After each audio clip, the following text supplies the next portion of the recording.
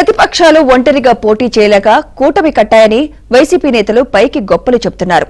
దీని ద్వారా తమ పార్టీ గెలుపు ఖాయమంటూ ప్రజలకు తప్పుడు సంకేతాలిస్తున్నారు. గెలుపుపై అనుమానం ఉన్న సొంత పార్టీ నేతలకు కూడా ధైర్యాన్ని నూరిపోసే ప్రయత్నం చేస్తున్నారు. కానీ వాస్తవ పరిస్థితులు మాత్రం పూర్తి విరుద్ధంగా ఉన్నాయి. చివరికి పోటీ చేసేందుకు అభ్యర్థులు కూడా కరువయ్యారనేది వాస్తవం.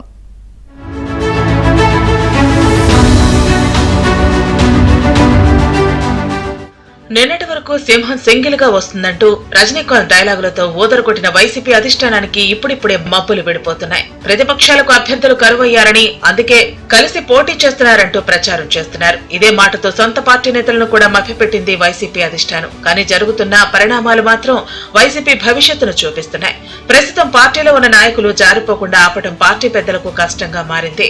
ఈ పరిణామాల నుంచి బయటపడేందుకు ఇప్పటికే ఇన్ఛార్జీలను ప్రకటించిన చోట కూడా మరో ఆలోచన ఉందనే ప్రచారం వినిపిస్తుంది. ఈ రకంగా అయినా సరే వైసీపీ నుంచి నేతలు బయటకు పోకుండా కట్టడి చేయాలనుకుంటోంది. అయితే వైసీపీలో ప్రచారం చేయడం వెనక పెద్ద వ్యూహమే ఉందంటున్నారు. ఇప్పటికే 3 స్థానాలకు రాజ్యసభ ఎన్నికల నోటిఫికేషన్ వచ్చింది. ఇదే సమయంలో వైసీపీ సీట్ల లొల్లి ఇన్ఛార్జీల నియామకం రూపంలో కొనసాగుతోంది. ఒకవేళ ఎవరికైనా సీటు లేదంటే వారు పార్టీకి వ్యతిరేకంగా రాజ్యసభ స్థానాల ఓటింగ్ సమయంలో ప్రత్యర్థులకు ఓటు వేసే సూచనలు కనిపిస్తున్నాయి. దీంతో ఈ ప్రమాదం నుంచి బయటపడేందుకు ఇన్ఛార్జీలను మార్చిన చోట ఆఖరి నిమిషంలో పాతవారికి అవకాశం కల్పిస్తామంటున్నారు పార్టీ పెద్దలు.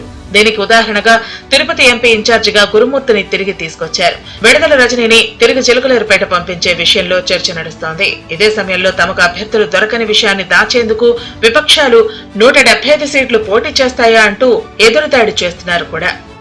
మండలిగా తప్ప కలిసి రాలేని వాళ్ళు దేనికి సిద్ధమవుతున్నారు?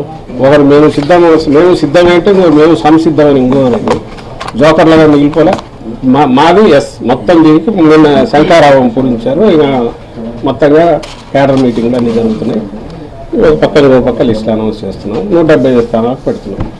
25 పార్లమెంట్ స్థానం ముందు అది తేల్చుకున్నాక వాళ్ళు ఇక మేము కూటమిగా సిద్ధమంటారా లేదా 10 పార్టీలుగా సిద్ధమంటారా అప్పుడు చెప్పుకోవచ్చు. ఆ ప్రాంతంలో వాళ్ళు ఏదైతే ఫ్లెక్సీ పెట్టారో అక్కడ ఎన్నికల్లో ఆ పార్టీ పోటీ చేస్తుందా చెప్పండి చెప్పి తెలుసుకుంటే ఇక్కడ డిస్కషన్ ప్రస్తుతం అన్నీ కూడా. కానీ ఏదైతే సిద్ధమని నేను సిద్ధమని అక్కడ ఆ ప్రాంతంలో వచ్చి వాళ్ళు పెట్టి మేము దేనికి సిద్ధమని, అందుకే మేము అడిగాను దేనికి సిద్ధమని చెప్పి పోటీ చేస్తాం. మేమైతే ప్రతి బూత్ లో మేము సిద్ధం ఉంటాను, ప్రతి గ్రామంలో సిద్ధం, ప్రతి నియోజకవర్గంలో సిద్ధం. అక్కడ వైఎస్ఆర్సీపీ సిద్ధం ఉంటుంది. మీరు అక్కడ జనసేన పోటీలో లేని చోట జనసేన సిద్ధం అంటే దానికి సంసిద్ధం అంటే దానికి ఏమైనా అర్థం ఉంటుందా? ఓవైపు రాజ్యసభ ఎన్నికల ఓటింగ్ నాటి వరకు ఎమ్మెల్యేలను వైసీపీ అధిష్టానం దువ్వుతోంది. వారి పార్టీ మారిపోకుండా జాగ్రత్తలు తీసుకుంటోంది. ఇన్ఛార్జీలు సరిగా పనిచేయకపోతే మీ స్థానం మీదే అంటూ హామీ ఇస్తున్నారు పార్టీ పెద్దలు. నిన్నటి వరకు పోతే పొండి అన్న అధిష్టానం ఇప్పుడు మాత్రం అయ్యా బాబు అంటోంది. మరోవైపు అధికార వైసీపీకి చాలా చోట్ల అసెంబ్లీ, పార్లమెంటు స్థానాలకు అభ్యర్థులు దొరకటం లేదు. దీని ప్రతిపక్షాలు పసిగడతాయేమో అని భావించి మీకు అభ్యర్థులు లేరంటూ పైకి చెబుతున్నారు వైసీపీ పెద్దలు. నిజానికి తిరుపతి పార్లమెంటు స్థానానికి ముందుగా ఆదిమూలంను ఇన్ఛార్జిగా నియమించారు. అయితే ఆదిమూలం వైసీపీకి షాక్ ఇచ్చారు. దీంతో సత్యవేడు అసెంబ్లీ స్థానానికి ఇన్ఛార్జిగా వేసిన ఎంపీ గురుమూర్తిని తిరిగి తిరుపతికి తెచ్చింది. మంత్రి విడుదల రజనీని సైతం తిరిగి చిలుకలూరుపేటకు పంపాలనే ఆలోచన కూడా చేస్తోంది.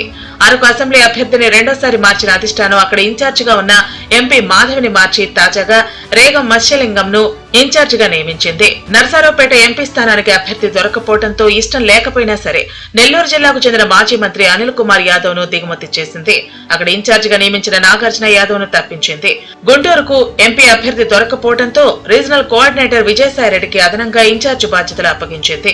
ఒంగోలు పార్లమెంటుకు మాగుంటను తప్పించిన అధిష్టానం అక్కడ అభ్యర్థి లేకపోవడంతో చిత్తూరు నుంచి చెవిరెడ్డిని తెచ్చింది. దీనికి తోడు కందుకూరు, కావలి, సంతనూతలపాడుకు కూడా చెవిరెడ్డినే ఇన్ఛార్జిని చేసింది.